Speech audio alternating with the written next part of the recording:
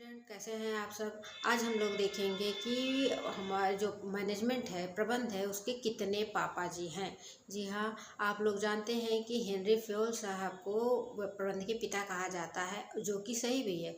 लेकिन कई मौक़ों पे या कई सिद्धांत देने के कारण अलग अलग लोगों को भी प्रबंध के पिता कहा जाता है। उसके कुछ स्पेसिफिक सिद्धांत के कारण उनको प्रबंध के पिता कहा जाता है। जैसे कि पहला नाम है F.W. टेलर साहब।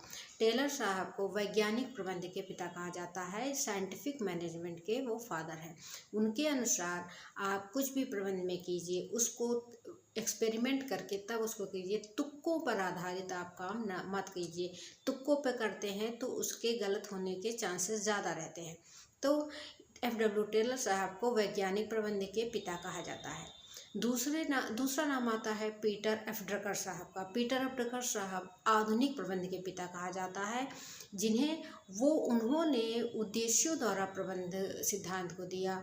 उनके अनुसार पहले के समय में आप प्रबंध कर लेते थे, लेकिन आज के समय में क्या है, आपको प्रबंध कैसे करना है। पहले आप अपने संस्था के उद्देश्य को निर्धारित कीजिए। आप किसी भी काम को करने का पहले उद्देश्य निर्धारित कीजिए, फिर उस उद्देश्य के आधार पर आप प्रबंध कीजिए। तो ये आधुनिक प्रबंध के पिता हैं, क्योंकि ये आधुनिक परिस्थिति के हिसाब से इन्होंने सिद्धांत दिया। और लास्ट में हमारे हेनरी फ्योल साहब आते हैं, जिनको प्रबंध के सार्वजनिक पिता कहा जाता है।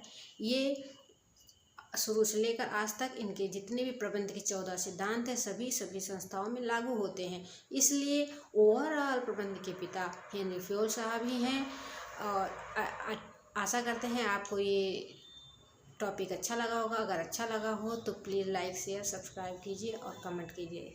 Thank you.